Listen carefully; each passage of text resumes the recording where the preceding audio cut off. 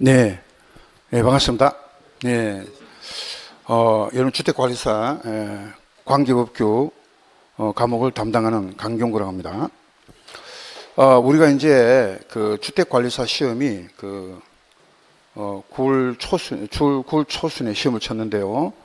그 올해 시험이 작년보다는 약간 이제 어려웠다는 평가, 약간 어려웠어요. 근데 뭐 매년 뭐 그렇게 어려운 건 아니고, 우리 시험이 나날이 갈수록 여러분도 알다시피 이제 상대평가라는 점이죠. 그래서 우리가 오늘은 이제 강의를 바로 본격적으로 가기 전에 어떻게 하면은 빨리 시험에 내가 더 고생하지 않고 효율적으로 시험에 합격을 할 수 있느냐, 이런 거를 먼저 좀 말씀을 좀 드리고 강의를 진행을 하도록 하겠습니다.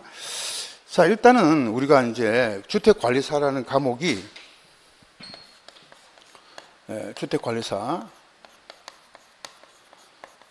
과목이 5과목이에요. 그래서 1차 과목이 여러분도 알다시피 3과목이 있습니다. 그죠? 민법, 그 다음에 시설개론이라 그래가지고 이제 뭐 콘크리트가 어떻게 구조가 되고 뭐 이런 거 공부하는 게 이제 개론입니다.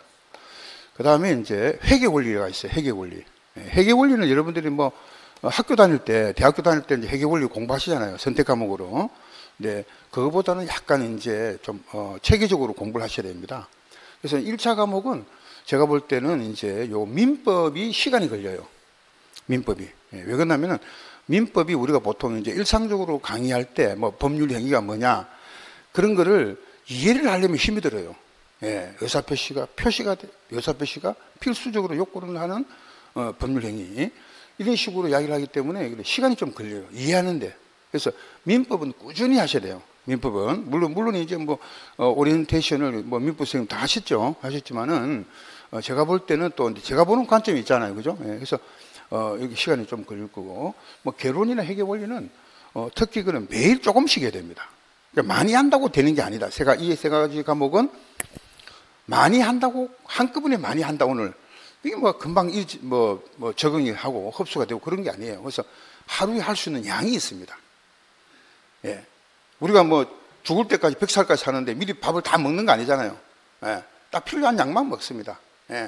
하루에 3끼 먹는데, 세끼를 먹는데, 그 3끼 중에서 뭐 여러분들이 뭐 오늘 점심을 많이 먹어 2배를 먹는다. 그거 아니잖아요. 근데 필수한 양만 먹어줘. 막 공부도 있잖아요. 밥 먹는 식으로 필수 양이 있어요. 하루에. 그 하루에 소화할 수 있는 양만 하시면 됩니다.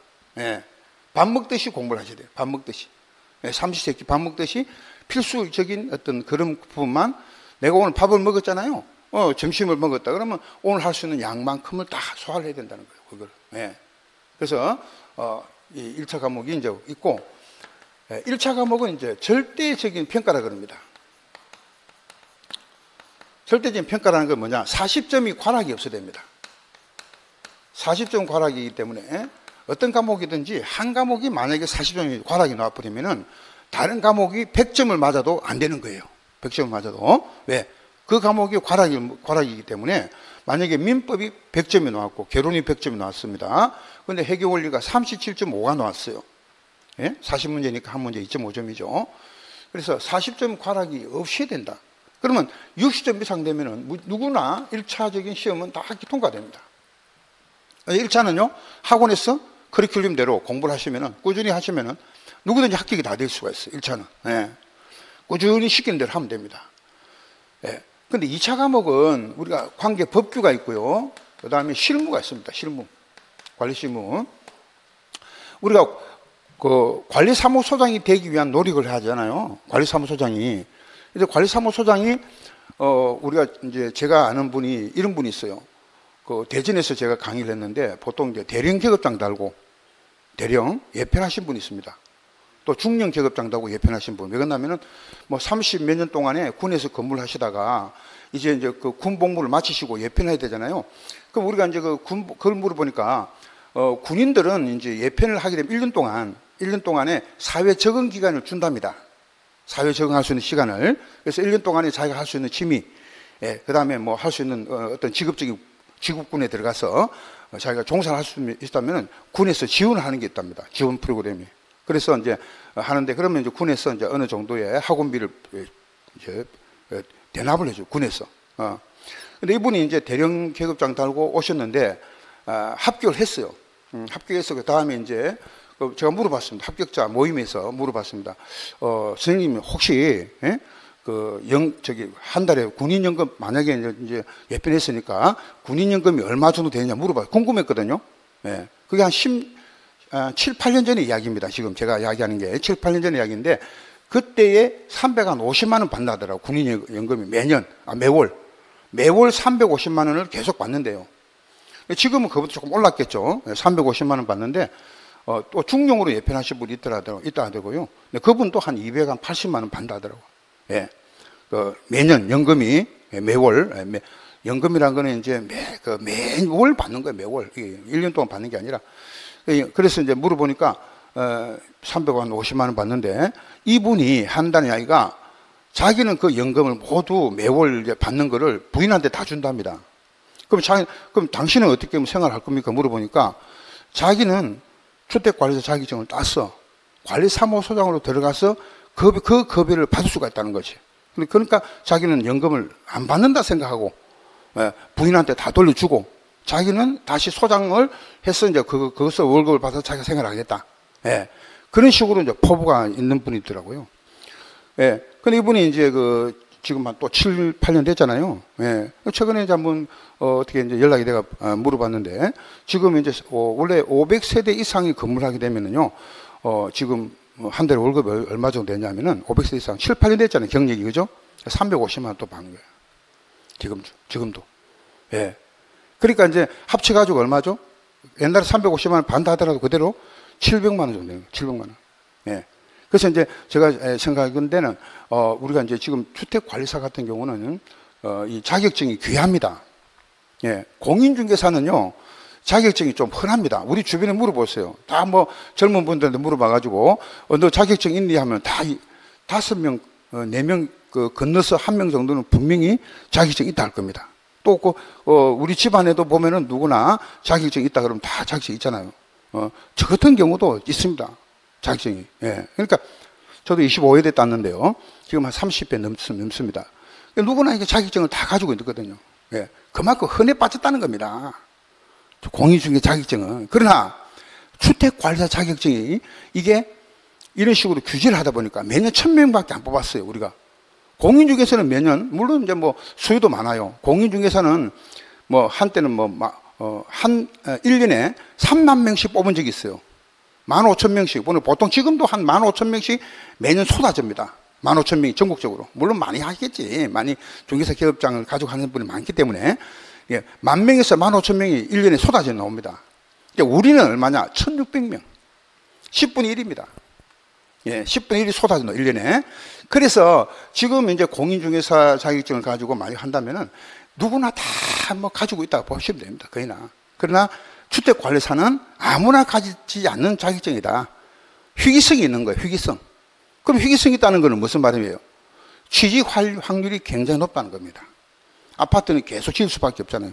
아파트는 계속 지을 수밖에 없고, 그러면 이제 주택관리사가 필요하다는 겁니다. 지금. 예. 그래서 여러분들이 이제 앞으로 이 취업을 하는 그 입장에서 보면은 분명히 확률이 높기 때문에 하시고, 그리고 오프라인 지금 이 강의 좌석에서 공부가 필요한 이유는 뭐냐면은, 집에서 만약에 온라인 공부하잖아요. 온라인 공부하면은 자기 자신이 해이해집니다. 예, 왜 그러냐면은 이게 이제 공부하다가 좀 지치면은 이제 스톱 걸어놓고 오만 거 다 하고 와가지고 술 한잔 먹고 와가지고 또 이제 공부하고, 이게 계획성이 없게 됩니다. 그럼 하고는 꼼짝없이 한 4시간 앉아 있어야 되잖아요. 그렇잖아요. 내가 하고 싶은 거 못 하잖아요. 공부는 어느 정도의 어떤 프로그램 속에서 갈 수밖에 없습니다. 여러분들이 있잖아요. 제가 이런 이야기 드릴게요. 5살짜리 한테 피아노 피자도 몰라, 애가. 그죠? 건반을 갖다 줍니다. 이게 반복적으로 매일이잖아요. 피아노를 갖다가 한 2년 정도만 이렇게 갖다 주면요, 피아노 학원 다니잖아요. 2년 정도 잘 칩니다. 왜? 그거는 피아노 계속 했으니까 눈만 뜨면 그거 하잖아요. 눈만 뜨면은 피아노를 잘 칩니다. 2년만 되면은. 여러분들이 그런 그 기능이라는 게 굉장히 무섭다는 겁니다. 예. 그래서 좀 폐쇄된 공간 속에서 자기 자신을 묶어 놓을 필요가 있다. 예. 그동안에 개방해서 많이 많이 했잖아. 개방해서 많이 돌아다녔잖아, 이제. 그래서 이제는 지금 자기 자신을 좀 묶어 놓고, 이제는 자정을 하면서 내가 자격증을 반드시 내가 따야 되겠다. 그런 감정을 가지시고 공부에 임한다면요, 이 공부는 많이 한다고 되는 게 아니에요. 오늘 길게 한다고 되는 게 아니야. 그는 딱 기간 딱 정해놓고, 이 기간에 내가 끝내야 되겠다. 그런 마음이 있어야만이 끝낼 수가 있어요. 예. 올해 안 되면 내년에 하지. 제가 이제 법대 나왔지만은 제 친구 중에서도 있잖아요. 시험을 한 3번 공부하고 4번째만 합격된 분도 있고, 20년 공부하다가 포기한 분도 있습니다. 예. 근데 그거 왜 20년 공부에 포기했겠습니까? 대통령도 9번이 됐잖아요. 8번 떨어지고, 사법고시 9번만에 됐습니다. 예. 그러니까 우리가 이 시험이라는 것은요, 제가 볼 때는 내년에 공부하지 이렇게 하면 끝납니다. 벌써 그 게임이 안 되는 거예요. 오래 해서 오래 끝내자. 예. 그래서 여러분들이 시험의 중요성이라는 것은 시기를 놓치면은 타이밍입니다. 모든 게 시기를 놓치면은 이건 다시 올 수 없는 시간입니다. 예. 그래서 그런 타이밍이 중요하다는 말씀을 꼭 드리고요. 우리 과목을 말씀드릴 때 이제 조금 다른 길로 말씀을 드렸는데, 이 법규나 실무는요 자주 개정이 됩니다. 빈번하게 개정이 됩니다. 그거는 뭐냐면은 법률로만 이루어져 있는 거예요. 다다. 실무도 물론 이제 개론에서 어느 정도 들리겠죠. 특히 법규 같은 경우는 자주 개정되는 이유가 다 법률로만 이루어져 있어요. 법령으로. 그럼 여러분들이 이제 일반적으로 이야기할 때, 선생님, 법규하고 법령하고 어떤 차이점이 있습니까? 지금부터 제가 말씀을 드립니다. 네. 자, 법령이라는 거는요, 우리가 일반법 중에서 가장 최상위 법, 여러분 이거는 이제 참고적으로 기억을 해주셔야 돼요. 헌법이 있고 법률이 있고요. 그 다음에 우리가 여기서 이제 명령이라는 게 있습니다. 명령. 조례가 있고 규칙이 있습니다. 그래서 법령이라는 거는요, 어디가 법령이냐? 헌법을 법령이라 하면 안 되는 거예요. 예. 물론 헌법도 법이 들어가겠지만은 여기서 말하는 법령이 우리가 법규를 말하는 겁니다. 예, 법규를 말하는 거예요. 그럼 헌법이 최상위 법인데, 켈젠이 말했습니다. 켈젠, 이걸 독일의 학자 중에서 켈젠이 말하는 법 단계설이라는 거예요. 법 단계. 법에는 단계가 있다. 그 이야기는 뭐냐면은, 찬물도 뭐가 있습니까? 찬물도, 우리 찬물 먹을 때 노소가 있다 이런 이야기 하잖아요. 찬물도 노소가 있다. 요즘 애들 물어보면 찬물도 노소가 있다 무슨 말인지 몰라요. 조금 나이 좀 드신 물어보면 찬물도 노소가 있다는 것은 순위가 있다는 거잖아요. 물을 마시더라도 어른이 먼저 마시고 있어요, 옛날에는. 예. 또 밥을 먹더라도 숟가락을 먼저 어른이 들어야, 그 다음에 이제 자식이 숟가락을 들을 수 있거든요. 그러니까 상위법과 하위법의 순서가 있다는 겁니다. 이걸 법 단계설이라고 합니다. 예. 상위법에서 하위법으로 이제 순서가 있다는 겁니다. 적용을 할 때. 그러면 우리가 제일 먼저 적용해야 되는 게 뭐가 있습니까? 그렇습니다. 헌법이 최상위법입니다. 예, 이거는 최고 상위법이라고 그럽니다.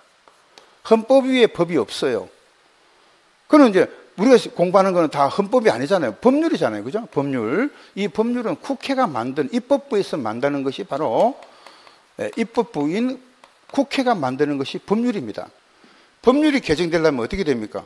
정기국회나 임시국회 때 상정을 해서 통과시켜줘야 되겠죠. 국회의원이 만드는 게 법률입니다. 그럼 명령이라는 거는 뭐냐면은, 이 명령이라는 거는요, 행정입법이라 그래요. 행정부도 이런 법규를 만들 수 있는 자격을 주는 겁니다. 왜? 국회의원들은 전체적인 실무적인 내용을 몰라요. 왜? 내가 만약에 약사했습니다. 약사가 만약 국회의원이 됐어요. 약사는 약에 대해서는 잘 알지. 건축법에서 모르죠. 예. 그럼 무슨 발의를 하려고 하면은 약에 대한 거는 잘 알지만은 다른 법률을 모른단 말이에요. 그래서 만약에 그런 부분이 있고, 만약에 내가 이것저것 아무것도 모르는 사람이요. 법대도 안 났어. 근데 국회의원이 됐습니다. 근데 법률을 만들려고 하는데 뭘 알아야 법률을 만들죠. 근데 법률을 겨우 이제 자문 받아서 입법안 됐는데 실무에 대해서는 모르는 거예요, 또 실무는. 그래서 실무적인 부분에 대해서는 행정기관도 법률을 만들 수 있는 기능을 가지자. 그래서 행정입법이라 그럽니다. 명령은 전부 다. 그래서 이 명령 속에서 우리가 뭐가 있냐면은, 요거는 첫 시간에 굉장히 중요한 부분입니다. 누구한테 물어보면 모른다 그러면 바보 소리 듣는 거예요. 이거는 모른다 그러면은, 그 명령 속에서 뭐가 있냐면은 대통령령이 있고, 아시죠? 대통령령이 있고, 그 다음에 총리령이 있고, 총리가 발동하는 총리령이 있고, 그 다음에 각 부의 행정부 장관이 발동하는 부령이라는 게 있습니다. 행정기관의 장. 우리가 이제 부동산은 국토교통부겠죠? 국토교통부가 발동하는 게 부령입니다. 요것도 순서가 있는 거예요. 순서가. 대통령령으로 정한다 그러면 대통령령이 우선이고, 그 다음에 대통령 만약에 부령이 있다고 부령으로 정하고, 그러니까 법률이 모든 것을 다 정할 수가 없다. 세부적인 거는 뭐로 위임할 수가 있습니까? 명령으로 위임을 할 수가 있다는 거죠. 뭘 위임을 하는 것도 있고, 위임을 하는 것도 있고, 안 하는 것도 있습니다. 법률을 다 위임을 해야 돼? 그렇지는 않습니다. 내가 다 못하는 거는 너네가 좀 세부적으로 해라. 나는 행정에 대해서 잘 모르잖아. 그럼 당신들이 좀 세부적으로 하세요. 이렇게 위임을 시키는 수가 있다. 위임을 시킬 때 이렇게 대통령령으로 세부적으로 할 수도 있고, 총리령, 부령으로 할 수도 있다는 겁니다. 아시겠습니까? 여기까지가 지방자치하고는 관계없이 전국적으로 통일이 되는 거예요. 전국적으로. 그러니까 법이 만들어지면은, 법령이 만들어지면은 이 전국적으로 다 통일될 수 있는 부분이죠. 조례라는 거는 지방의회가 많은 겁니다. 지방의회. 조례는요. 그러니까 지방마다 다 달라요, 틀려요? 틀리죠. 서울도 있고, 뭐 인천도 있고, 경기 있고 다 틀립니다. 그러니까 조례가 나왔다는 거는 지방의회에서 만드는 것이다. 지방의회가 만드는 거예요. 규칙은 뭐냐? 지방자치단체장이 되는 거예요. 장이 만드는 것이 또 규칙이 됩니다. 그러면 이런 순서대로 적용이 되는 겁니다. 순서대로. 법률이 없다, 헌법이 없다 그러면 법률을 적용해야 되고요. 법률이 없다 그러면 명령에 적용, 명령. 그 다음에 조례, 규칙, 이런 순서대로 적용된다. 그리고 두 번째가 뭐냐면은, 법률이라도 다 같이 같은 법률이 아닌 거예요. 법률이라도. 선생님, 법률도 다 같은 법률 아닙니까? 예. 예를 들어서 하나만 말씀드릴게요. 전국을 관장하는 법률이 있습니다. 이게 대표적으로 이제 공인중개사 과목 중에서 국토의 계획 및 이용에 관한 법률이 있습니다. 이걸 갖다가 이제 줄여가지고 제가 국계법이라고 하겠습니다. 국토의 계획 및 이용에 관한 법률. 이거는 뭐냐면은 우리나라 땅이 너무 넓잖아요. 예? 족구도 넓지만 용도가 다 달라요. 그래서 예를 들면 예를 들어서 어떤 지역을 정할 때 이 지역은 녹지 지역이다. 이 지역은 주거 공간을 위한 주거 지역이다. 이 지역은 상업지역이다. 이건 공장을 만들기 위한 공업지역이다. 이렇게 나눈 게 뭐냐면은, 이렇게 나눈 게 용도지역이라 그럽니다. 용도지역. 그럼 용도지역을 왜 만드느냐? 땅이라는 것은 그 용도가 다 다르잖아요. 그죠? 만약 여기다가 상업을 할 수 있도록 만들어야 되는데, 공장이 상업지역인데, 만약에 뭐 공장이 들어간다 그러면은 엉망돼 버립니다. 공장 상업하고 뭐 뒤섞여 가지고. 그러니까 공장은 뭐대로 해야 돼요? 공장대로 놔둬야 될 필요가 있는 거죠. 공장은 공장끼리 있어야 되지, 이게 막 같이 있으면 안 되게 돼 있습니다. 그죠? 주거지역은 사람이 사는 공간이잖아요. 그죠? 근데 주거지역에 공장에 들어가면 돼요, 안 돼요? 안 되겠죠. 주거지역은 별도로 주거 공간을 마련해 줘야 돼요. 그래서 용도에 따라서 다 이렇게 나눴습니다. 이게 이제 전국적으로 다 적용되겠죠. 그럼 이 국회법이 제일 우선적으로 적용되고, 그 다음에 우리가 공부하는 예를 들어서 건축법이다. 그 다음에 주택법이다. 이런 거는 이 법률의 또 하위 법률입니다. 하위 법률. 같은 동급이라도. 군대 들어갔어. 군대 같은 123기야. 예? 같은 동급이라도, 같은 군대라도 계급이 또 있잖아요. 같은 동기 중에서도 소대장 있죠. 소대장 임명하고 분대장 있잖아요. 그러니까 그 사람들한테 또 내가 지휘를 받는 거예요. 같은 동기라도. 같은 동기 중에서 소대장 명령을 받아야 되잖아요. 분대장 명령을 받아야 되잖아요. 같은 동기인데, 예. 그거랑 똑같이 생각하면 됩니다. 같은 동기라도 내가 지휘를 받을 수밖에 없어. 얘가 소대장이야. 그죠? 그럼 나는 분대장이다. 분대장이면 내가 소대장 지휘를 받게 되어 있습니다. 그래서 같은 법률이라도 같은 법률이 아니다. 지휘를 받게 됐다는 거예요. 이게 우리나라 체계가 굉장히 복잡하게 되어 있습니다. 그죠? 예, 그래서 이제 이렇게 되는데, 너무 이제, 이렇게 이제 법률이라도 상위법과 하위법이 있다 이렇게 보시면 됩니다. 그 다음에 중요한 건 뭐냐면은 이제 여기서부터입니다. 또 같은 법인데도 특별법이 또 있어요. 일반법이 있고, 그 다음에 이제 또 뭐가 있냐면은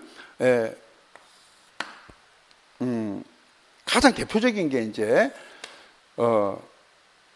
나중에 나온 법이 뭐겠습니까? 개정된 법이 있고 개정되지 않는 법이 또 있겠죠. 예. 그런데 만약에 특별법이 있다 그러면은 특별법 우선의 원칙에 따라서 특별법이 먼저 정의되고요. 상위법이 있다 그러면 아까 말씀드린 대로 하위법을 지배하게 됩니다. 또 상위법이 하위법으로. 그러니까 하위법이 아까 이제 건축법이다. 상위법이 뭐였습니까? 국토계획 및 이용하는 법률이 되겠죠. 예. 이렇게 찬물도 놓을 수가 있겠지만 순서가 그냥 신법과 국법, 예, 이거 이야기하려고 말았는데 옛날에 있는 법들은요 설모가 없어요. 새롭게 개정이 됩니다. 그래서 우리가 신법, 이 개정된 부분을 개정 부분을 반영을 하는데 이 반영은 시행령 기준입니다. 시행령 기준이다. 시행령이라는 게 뭐냐면 시행법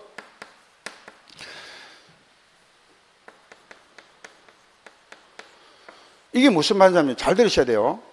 우리가 만약에 올해 내년이죠. 2024년도 10월 예를 들어서 9월 달에 시험을 칩니다. 그럼 9월 한 6일 정도 잡고요. 내년 9월 6일 날 시험일이다. 그러면 시험은 요 시행 날짜일 기준으로 해가지고 그때 시험일 기준으로 해가지고 우리가 시험일 기준으로 해서 시험 문제를 냅니다. 그러니까 무슨 말이냐. 물론 당일날 개정된 거는 반영이 안 되겠죠. 예.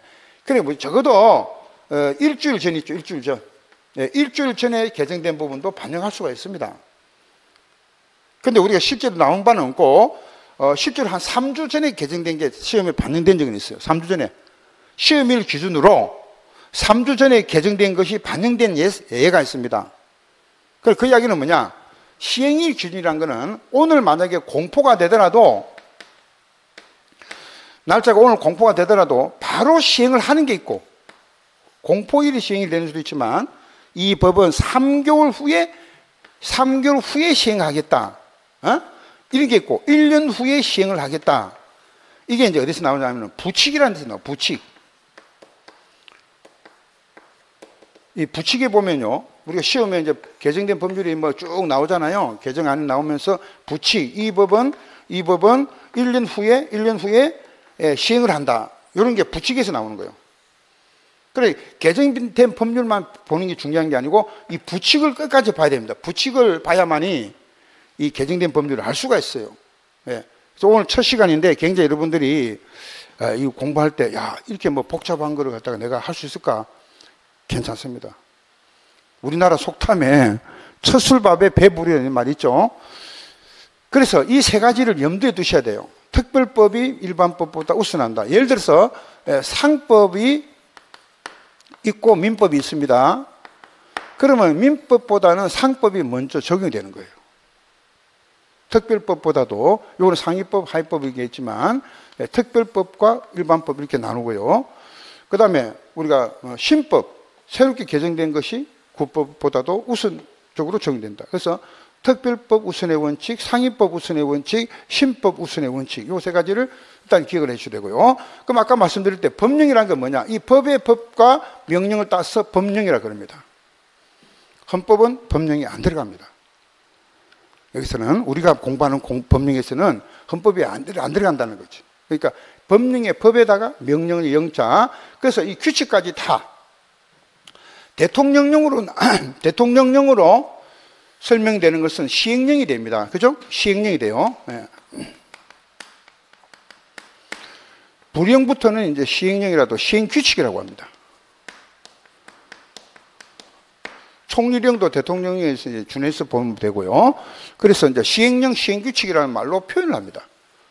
그럼 예를 들어서 우리가 법률 중에서 가장 대표적으로 오늘 공부할 제1편에 주택법을 공부한다는 거예요. 주택법. 그럼 주택법을 공부할 때 주택법에서 다 규정을 할 수 없는 부분들은 예, 시행령, 대통령령으로 위임을 시킬 수가 있습니다. 그죠? 아니, 주택을 뭐 어떤 식으로 건설도 하고 공급을 해라 이렇게 법을 만들었는데 행정부가 야, 이걸 이제 대통령령으로 정해서 좀 더 세부적으로 대통령령으로 왜 정하냐? 세부적인 내용을 법에 다 수용을 못 합니다. 만약에 예를 들어서 잘 보세요. 주택법에서 어떤 지역을 만약에 여기 투기 과일지구를 합시다. 투기가 조장되기 때문에 투기 과일지구로 정한다. 여기까지만 주택법에서 나오고, 그럼 이 지구를 정할 때 어떤 식으로 지구를 지정하는 지정의 요건이 뭐냐? 최근에 주택 가격이 얼마 정도 올라야 되느냐? 그런 거를 세부적으로 다 이 법에서 정할 수가 없습니다. 아시겠어요? 그러니까 대통령령으로 미룬다는 겁니다. 미룬다는 건 위임을 시키는 거예요. 위임을. 너네들이 해라 이거는. 행정부가 해라. 우리는 그냥 투기과일지구로 정하기만 정할게. 그럼 너네들이 대통령의 지역이라든지 어떤 지역을 투기과일지구로 정할 거냐. 지역이라든지 요건이라든지 이런 걸 다 당신들이 정해서 해라는 얘기죠. 예. 그리고 그러면 이제 시행령이 나올 수겠죠. 요때 이제 주택법 붙고 여기다가 뭘 붙이면 됩니까? 시행령이 붙는 거죠. 시행령. 근데 대통령령으로 다 못합니다. 이것도. 이거 세부적인 절차. 이 규칙은 대개 이제 절차에 대한 내용이거든요. 절차는 서류가 들어가야 돼요. 서류 같은 거나 절차 같은 경우는 더 세부적인 거예요, 또. 그죠? 어떤 서류가 필요하냐? 서식까지 다 해서 서식이라 해서 이제 이런 서식을 마련할 테니까 등록사업자는 이런 식으로 서식을 마련해서 등록하세요. 그럼 이 절차라든지 서류 같은 경우까지 다 대통령령으로 못합니다. 그럼 시행규칙에서 할 수밖에 없겠죠. 그럼 주택법에 시행규칙이 되는 거예요. 시행규칙이 나옵니다. 그래 이게 이제 직계라고 합니다. 법령이 다 직계로 되어 있습니다. 그러나 이것만 가지고 또 안 되는 경우가 있습니다. 이것만 가지고. 그래서 나온 게 별도로 공급을 해야 된단 말이야. 그러니까 주택의 공급에 관한 규칙이라는 거는 분양받는 사람들을 어떻게 규정할 것이냐. 여기다 이제 별도로 또 만들어졌어요. 그래서 이제 예를 들어서 주택의 공급에 관한 규칙.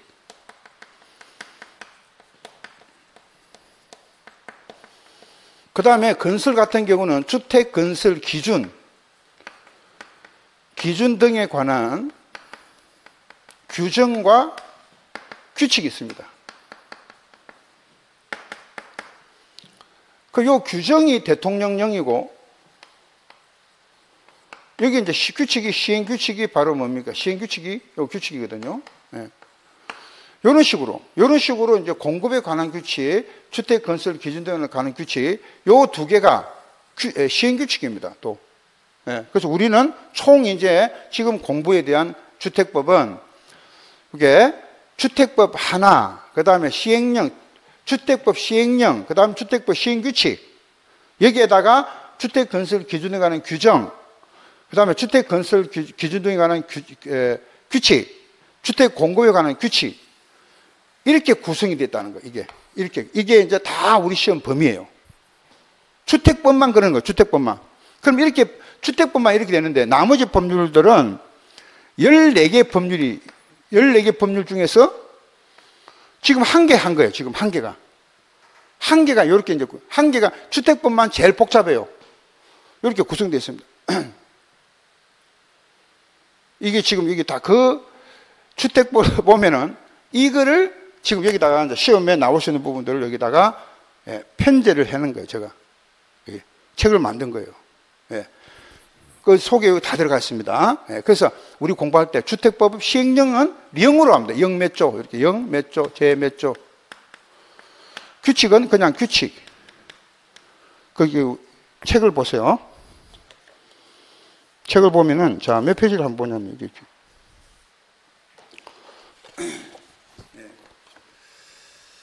69페이지 한번 빼보세요. 69페이지.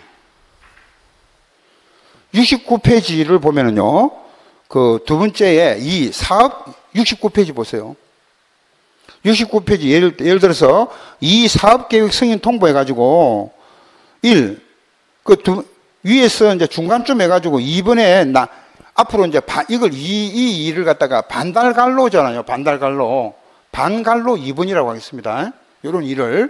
그 반달갈로 2번이 뭐라고 됐냐면 사업계획 승인 통보에 했잖아요. 그 다음에 또 밑에 요 1번을 앞으로 동그라미 1번. 그죠? 동그라미 1번 있죠? 사업계획 승인권자는 사업계획 승인 신청받으면 정당한 사유가 없으면 신청받은 날 60일 안에 승인 여부를 통보된다. 뭐라고 됐습니까? 0 돼 있죠, 0. 0 30조 1항 됐잖아요. 그죠? 그 0이 시행령이다, 이 말입니다. 그 0이. 예, 주택법 시행령을 말하는 거예요. 주택법 시행령. 아시겠죠? 예. 그리고 또 한 장 넘겨보십시오. 쭉 넘겨보면은, 규칙은 잘 없죠? 예, 0인 있어도. 그 다음에 79페이지 보세요. 79페이지. 예, 79페이지 보니까, 양갈로 3번, 중간에 양갈로 3번. 79페이지, 예, 양갈로 3번 보세요. 바닥 충격음 차단 구조의 성능 등급 인정의 유효기간 돼 있죠. 찾았습니까? 예. 거기 보면은 반달갈로 1번에 공동주택 바닥 충격음 차단 구조의 성능 등급 인정의 유효기간은 5년으로 한다가 돼가지고 뭐라고 됐습니까? 규정으로 돼 있죠. 규정. 요 규정을 말하는 거예요. 요 규정이. 주택 건설 기준 등에 관한 규정을 말하는 거예요. 요 규정. 그래서 여러분들이 첫 시간이 중요하다는 거는 나중에 여러분 찾아보고 싶은데 그 규정이 뭐지? 규정이? 그럼 벌써 이제 주택 건설 기준 등에 관한 규정의 요 규정을 말하는 거죠. 요거. 아시죠? 자, 그 다음에 또 하나 봅시다. 우리 책에 보면 책을 보는 그걸 여러분들이 책을 보는 방법과 내용을 먼저 알아야 됩니다. 예. 그 책에 제가 이제 책을 만든 분이기 때문에, 책을 만든 사람이기 때문에, 그 이제 또 하나 찾아볼게요. 또 어떤 게 있냐면은, 규정으로 끝나는 게 있고, 자,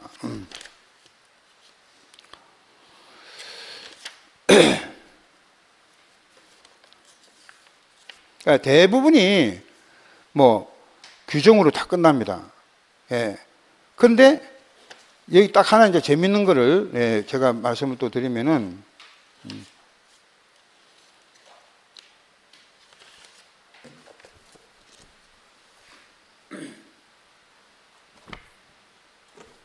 (121페이지) 보세요. 121페이지. 121페이지 점 2번 입주자 모집 공고 방법 있죠. 그래 요거는 이제 121페이지 점 2번, 점 2번에 입주자 모집 공고 방법 해가지고 사업 주체는 공개 모집의 방법으로 입주자를 모집해야 된다고 됐죠. 그 옆에 뭐라고 됐습니까? 공급 규칙 해놨죠. 이 공급 규칙이 주택 공급에 관한 규칙을 말합니다. 이게 주택 공급에 관한 규칙을 줄여서 공급 규칙이라고 이렇게 해놨습니다. 그럼 그냥 아무것도 없는 그냥 규칙은 이렇게 시행규칙을 말하는 거예요. 예. 그럼 이 규칙의 이름은 주택법 시행규칙을 말하는 거예요. 그냥 주택법 시행규칙이고, 예. 이는 공급에 관한 규칙은 이거 말고 또, 별도의 규칙이 있다는 겁니다. 시행규칙에 들어가지만 별도의 규칙이 있어요. 여기는 시행규칙에 들어가지만, 예. 근데 같은 불령이라도 국토교통부령으로 나와도 이렇게 시행규칙이 있고, 공급규칙이 있습니다. 예. 그런 식으로 이제 여러분들이 책을 볼 때, 앞으로 이제 책을 볼 때 여러분들이 이런 식으로 주택법만 굉장히 복잡해요. 그래서 다시 한번 말씀드리면은 우리가 주택법에는 시행령이 있고 시행규칙이 있는데요. 우리 책에 시행령은 0 몇 조, 0으로 표시됩니다. 0 몇 조 이렇게 표시가 되고 시행령은 시행규칙은요, 그냥 시행규칙 안 하고 그냥 규칙합니다. 규칙 제 몇 조 이렇게 표현합니다. 예. 그리고 건설 기준되는 규정은 그냥 규정 제 몇 조 이렇게 표시를 했고 공급에 관한 규칙은 그냥 공급 규칙 제 몇 조 이렇게 표시를 해놨습니다. 예. 그래서 이제 우리 시험이 대개 법에서 거의 한 뭐 95% 정도가 95%죠. 거의가 95%가 다 법에서 나와요. 법에서. 예, 여기 표시한 거는 이제 시행령 시행규칙은 거의 한 나머지 다 5%. 요거 다 모아가지고, 예, 이거 다 모아가지고 한 5% 정도밖에 안 됩니다. 5%에서 10% 정도, 5%에서 한 10% 정도 보시면 돼요. 여기 이제 95%에서 이제 90% 정도 보면은. 그래서 거기가, 예, 그러면 우리 공부할 때 어떻게 됩니까? 법률 위주로 공부해야 돼요. 법률 위주로. 예, 규정이라든지 규칙은 나중에 공부하는 겁니다. 그러니까 내가 공부할 때 뭔가 좀 더 세부적으로 알고 싶지만 강의할 때 선생이 강조한 거 말고는 할 필요가 없는 겁니다. 왜? 이게 다 시험 문제가 된다 그러면 책이 지금 약 1000페이지가 되거든요. 1000페이지. 예, 우리 시험이 1000페이지입니다. 이걸 어느 세월에 다 볼 거예요. 보는 데만 해도 시간이 걸릴 겁니다. 그죠? 예, 그래서 우리 시험이 우리 책을 다 책에서 우리가 공부하는 것이 시험에 다 나오는 건 아닙니다. 또 공부하는 것, 거기 또 다 시험에 나오는 것도 아니고. 그래서 어떻게 되냐? 선생이 교수가 시키는 대로만 하시면 돼요. 그것만 하시면 돼요. 예. 그래서 여러분들이 이제 주택법만 일단은 이제 첫 시간이니까 이런 식으로 구성이 되어 있다는 거. 예. 다시 한번 말씀드리면 주택법만 있는 게 아니라 그 밑에 대통령령으로 되어 있는 시행규칙과 시행령과 그다음에 국토교통부령, 각부 행정장관이 발동하는, 우리가 부동산은 국토교통부이기 때문에 국토교통부령으로 나오죠. 그래서 부령으로 나오는 게 바로 시행규칙이다. 예. 그러면 이 세 가지를 합해서 우리가 법령이라 그래요. 법령 다 합해가지고 법령. 예, 요거 규정도 대통령이고 규칙이잖아요. 이게 법령이라 법령. 자주 개정이 됩니다. 국회가 안 열려도 대통령이나 시행규칙은 행정부에서 만들 수가 있죠. 예? 그러면 국회가 위임을 해놓은 거니까, 위임을 어차피 받아서 한 거니까 위임장 이미 받은 거요. 그럼 내가 얼마든지 뭐 만들 수가 있죠. 오늘이라도 또. 그러니까 시행령과 시행규칙은 자주 나올 수가 있어요. 자주. 시행령과 시행규칙은 자주 이렇게 뭡니까? 바뀔 수가 있습니다. 그래서 매일 바뀔 수가 있다. 매일. 오늘 만약에 공부했잖아요. 오늘 공부했는데 내일 바뀔 수가 있어요. 또. 예. 그러니까 언제까지 개정된다고요? 시험 치기 적어도 2주일 전까지는 개정된 거를 공부해야 됩니다. 예. 그래서 항상 늘 법령은 늘 여러분들이 신경을 좀 써주셔야 되는 그런 과목이다. 예. 자, 그래서 첫 시간인데 여러분들이 이제 그러면은 우리가 14개 법률로 구성됐다고 그랬잖아요. 지금 주택법 하나만 보신 거잖아요. 예? 그래서 이제 주택법부터 이제 쭉 보면은 주택법이 40문제 중에서 여러분들이 이거 적으실 필요는 없어요. 책을 갖고 계신 분들은요, 요거 우리가 책에 제가 표시를 해놨어요. 제가 올해 시험 기준으로 해가지고, 제 앞장에 보면은요, 그 출제 경향 분석과 수험 대책이라고 나옵니다. 거기 보면 주택법이 우리가 26회 때 지금 우리 26회 때니까 8문제가 나와요. 그죠?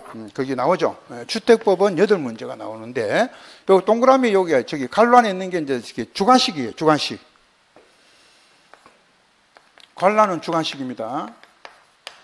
제일 이제 첫 번째가 주택법이에요. 우리가 공부하는 법 중에서.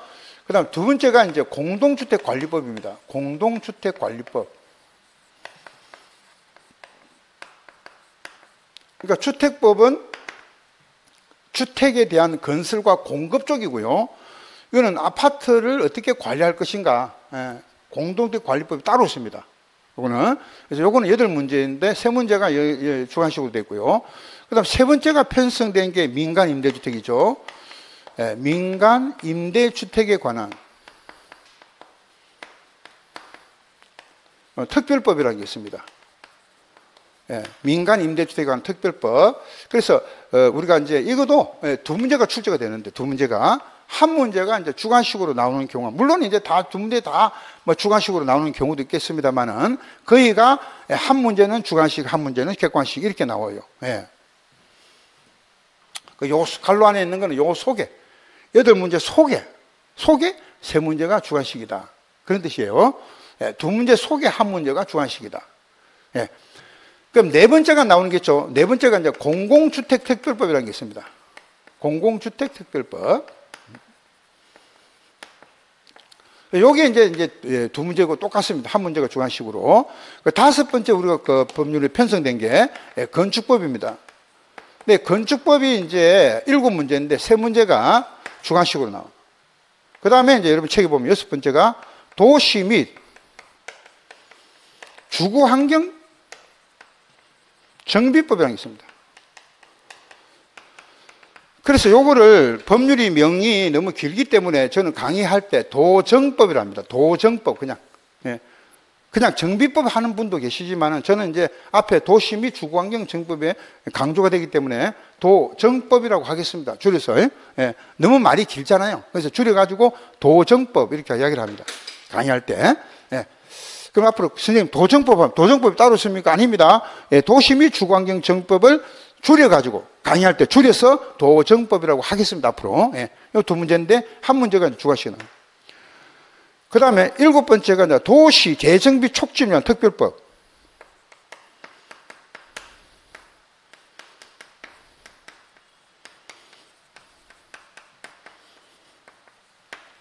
그래서 요거는 이제 그냥 도촉법. 도시 재정비 촉진한 특별법에서 도촉법이라고 하겠습니다. 요거는 한 문제가 거의 나옵니다. 한 문제. 이렇게 두 문제 안 나오고 한 문제. 그 다음 8번째가, 여러분들이 8번째가 이제 편제는 보면은 뭐라고 됐습니까? 시설물의 안전 및 유지 관리에 관한 특별법으로 됐을 겁니다. 시설물의 안전 및 유지 관리에 관한 특별법. 그죠? 예, 유지 관리에 관한 특별법. 예, 시설물의 안전 및 유지 관리에 관한 특별법이죠. 예. 특별법. 여기 두 문제인데 한 문제가 역시 이제 주관식으로 돼요. 그 다음에 9번째가 이제 뭐로 됐습니까? 소방기본법입니까? 예, 소방기본법이 9번째로 됐는데요. 소방기본법. 소기법이라 그래요. 저는 줄여서 소기법. 이거는 이제 시설물법. 그냥 시설물 세 가지를 따서 그냥 시설물법이라고. 이거는 소기법, 소방기본법. 소방기본법은 한 문제 정도. 그 다음 10번째가 나온 게 소방 관련법 중에서 소방시설의 설치 및 관리에 관한 법률이죠. 예.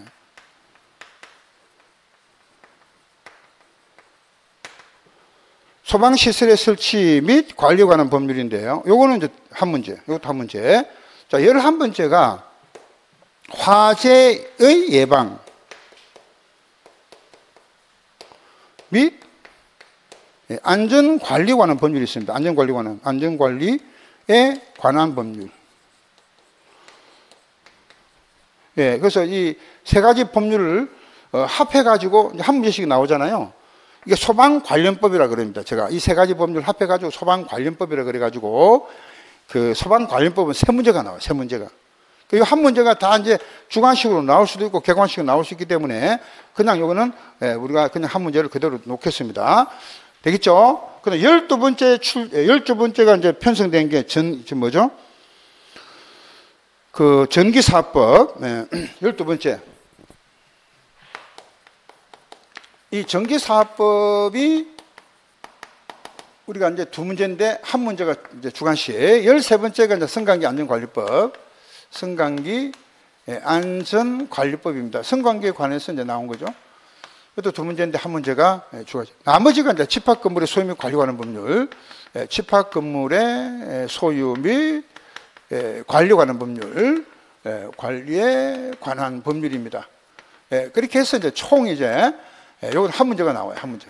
그래서 우리가 40문제 중에서 주관식은 16문제가 나온다는 이게 봅니다. 자, 40문제 중에서 주관식이 몇 문제라고요? 16문제가 나옵니다. 16문제. 그럼 주관식은 어떻게 나오냐면은 갈로 서넣기 다 간단하게 갈로 서넣기가 3개까지 나올 수가 있습니다. 3개까지. 그럼 3개 중에서 2개 맞았다면 부분 점수가 이제 인정이 됩니다. 예. 그리고 1개 맞았다. 0.5점. 이런 식으로 이제 인정이 돼요. 그래서 뭐 이런 식으로 2개 맞으면은 뭐 1점 이런 식으로 인정이 됩니다. 3개 다 맞아 2.5점이죠. 그래서 우리가 부분 점수가 물론 인정되지만은 간단하게 칼로 서넣기를 할 수 있도록 해놓은 게 바로 주관식인데요.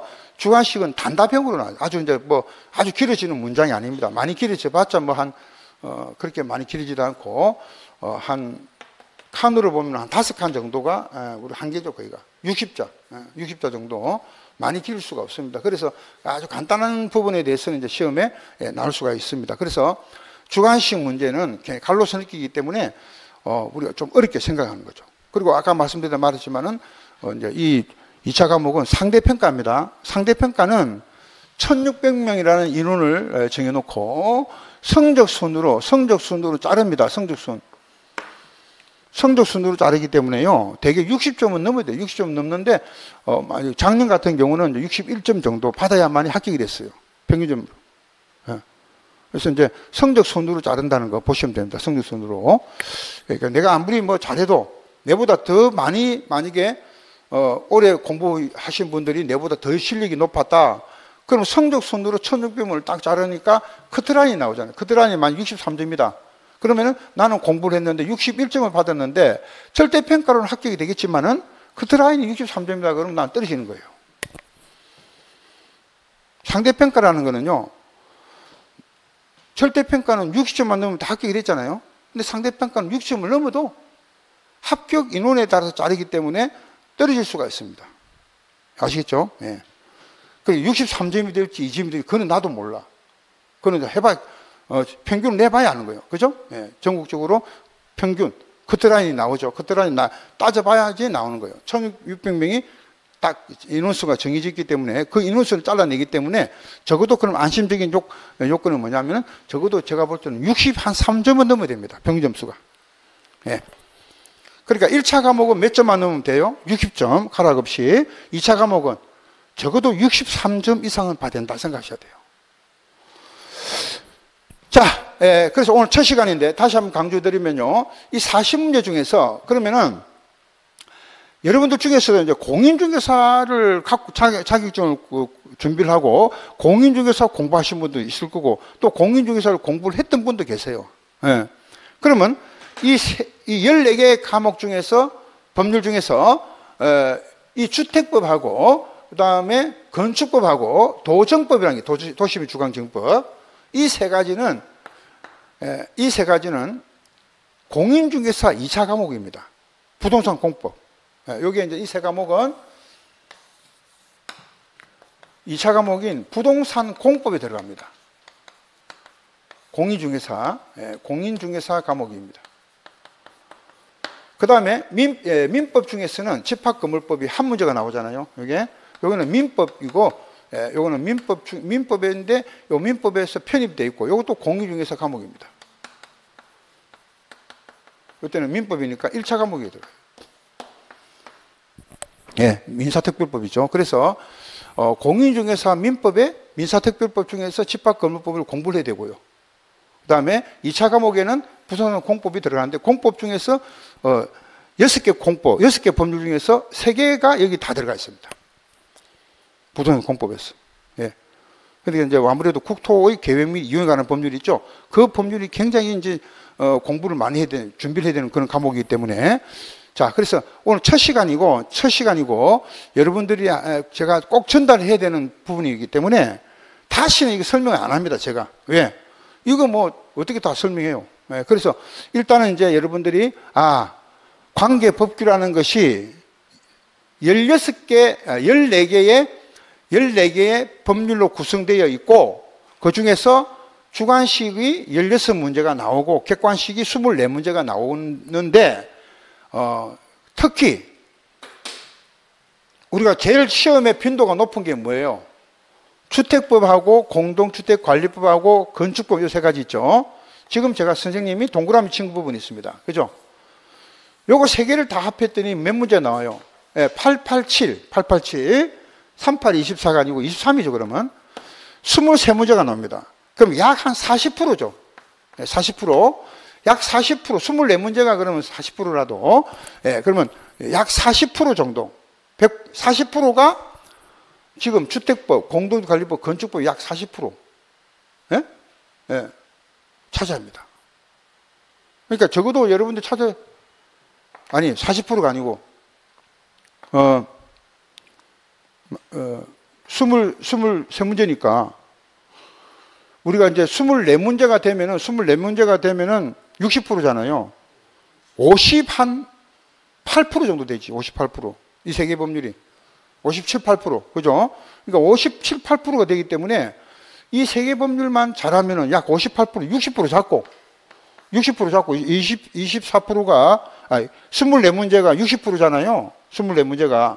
근데 23문제니까 60%, 약 60% 잡으시면 돼요.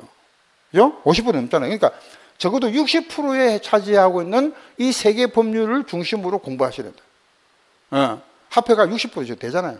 58점 얼마 나오게. 그래서 나머지 법률들은 한 문제 아니면 두 문제 나와요. 결국. 그럼 결국 뭐냐? 이 세계 법률을 중심으로 공부하시되 60% 나오니까 여기에다가 나머지 한두 문제 나오는 거는 주로 핵심적인 부분하고 핵심하고 그 다음에 용어 정리, 용어. 그런 걸로 가야 됩니다. 안 그러면 이 공부를 전체를 못해요. 우리가 소화를 못합니다. 그래서 이 책을 갖고 계신 분들은요, 이 책을 내가 100% 다 알아야 된다. 100% 다 알아야 된다는 생각을 하시면 안 돼요. 몇 프로만 하시면 돼요. 이 책에. 그렇습니다. 한 80% 정도, 75%에서 한 80% 정도의 이 내용 중에서 80% 정도는 내가 알고 있어야 된다. 20%는 몰라도 됩니다. 이 책에. 그걸 갖다가 강사가 옥석을 가리는 거예요, 이제. 이건 하지 마세요. 왜? 30년 동안 한 문제도 안 나왔습니다. 제가 강의가 31년째입니다. 그럼 30년 동안 한 번도 안 나왔기 때문에 하지 마세요. 안 하면 돼요. 그걸 바닥바닥 내가 하겠다고 그럼 하세요. 근데 시험에 안 나오기 때문에 시험에 안 나오는 거 제가 미리 말씀드린 거예요. 그럼 제가 말씀드린 부분에 대해서는 오늘 이제 결론을 내리면은 14문제 중에서 주택법, 공동택관리법, 건축법 위주로 공부한다 말씀드리고요. 꼼꼼하게 세부적으로 해야 되고요. 나머지 법률들은 시험에 나올 수 있는 부분 있죠. 핵심적인 용어라든지 핵심적인 내용 그런 것만 위주로 공부를 하겠다라는 것을 말씀을 또 드리고요.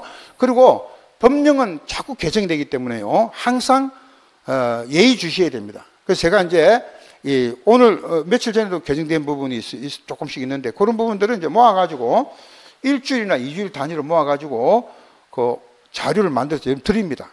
드리면 여러분들이 또 개정 작업을 또 조금씩 좀 해주셔야 돼요. 많이 개정되질 않는데 조금 개정되잖아요. 그런 거를 이제 신경을 써가면서 해야 된다는 거예요. 자, 이렇게 하시고요. 우리가 아무튼 뭐 2달 동안 완성인데 앞으로 커리큘럼 동안에 보면은 뭐 우리가 이제 기본 과정이라는 게 있고 지금 강의는 이제 기본 과정입니다. 기본 과정이 2개월이에요. 2개월. 그 다음에 이제 요거보다도 조금 더 심화 과정이 있어요. 여기 3개월 동안 합니다. 심화 과정.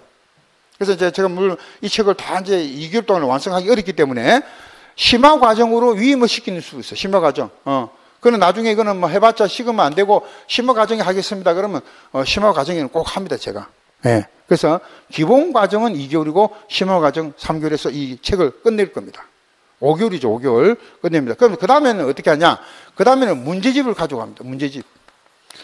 문제집은 두 가지가 있는데 기출 문제집도 하고 강의를 하고요. 그냥 일반 예상 문제집 합니다. 예상 문제집. 그 다음에 이제 제일 마지막에는요. 요약집을 가지고 강의를 합니다. 요약집을 또 만듭니다. 한 300페이지 나와요. 요약집도. 요약을 한 거 가지고도 강의를 합니다. 그래서 우리가 이제 시험을 1차를 만약에 1차를 이제 7월 달에 7월 한 중순경에 시험을 치거든요. 뭐 7월 15일 합시다. 그러면 1차 시험이 끝나고 9월 달까지 9월 만약에 6일이다 그러면은 9월 6일이다. 1차 시험이 끝나고 1차 시험 끝나고 만약 2차 시험 치기 전에 9월 뭐 16일 뭐 15일 이렇게 잡고요. 그럼 요 중간에 한 2달 약 두 달 있거든요. 요 때는 이제 뭘 가져가느냐? 요약집을 가져갑니다. 아시겠죠? 그래서 요 2달 동안에 이제 요약집을 가지고 이제 막 일주일에 2번 들어가는 요 때는. 그럼 그 동안에 이제 우리 해야 될 게 기본 과정 2개월, 심화 과정 3개월, 문제집 기출하고 예상 문제집. 여기까지가 이제 1차와 2차 동시에 같이 공부하신 분들은 같이 하고, 그 다음 1차 합격을 하고 난 다음에 2차 집중적으로 집중방이 형성되면은 2차를 중심으로 할 때 실무와 관계법규를 같이 합니다. 그때는 요약집을 가져갑니다. 요약집을 가지고 강의를 할 때는 따로 있어요. 기본서를 가지고 하지는 않는다는 거예요. 그럼 기본서 강의는 어떻게 하냐? 이 5개월 과정으로 끝납니다. 그런 식으로 이제 강의를 할 때니까 모든 거는 여러분들 학원의 선생이 경험이 있으니까 경험자의 말을 잘 들으시면은요, 그대로 따라오시면 됩니다. 그리고 그런 분이 계세요. 아이고, 뭐 오늘 이렇게 뭐 복잡한 거 내가 어떻게 해낼까? 자신감을 가지시면 됩니다. 누구든지 처음에는 다 어렵습니다. 여러분들이 있잖아요. 여러분들 군대 다 갔다 오셨잖아요. 군대 들어갈 때, 처음에 훈련소 들어갈 때 깜깜하잖아요. 앞이 안 보이잖아요. 훈련소 들어갈 때 바닥이 기라 그러면 기회되고, 그런 심정으로 들어와야 돼요. 훈련소에 입소해가지고 내가 거기서 뭐 내 자리 찾고 뭐 됩니까? 안 되죠. 훈련소에 입소했다 생각하시면 됩니다. 그렇게 해가지고 훈련 과정에서 내가 뭐라도 알아내고 가야 되겠다 이런 생각 해야 되지. 뭐 처음부터 막 내가 훈련병이 아니고 막 기관병처럼 막 미리 자대에 배치받은 모양 그렇게 할 수는 없죠. 그래서 모든 과정이라는 게 있기 때문에 그 과정을 충분히 여러분들이 단계별로 이렇게 차근차근 저하고 같이 여러분 선생님들하고 같이 이렇게 갈 수 있다면 여러분 충분히 1년 동안 고생한 노력이 햇빛을 볼 거다 이렇게 생각합니다. 아시겠죠? 자, 좀 쉬었다가 본격적으로 주택법부터 강의를 시작하도록 하겠습니다.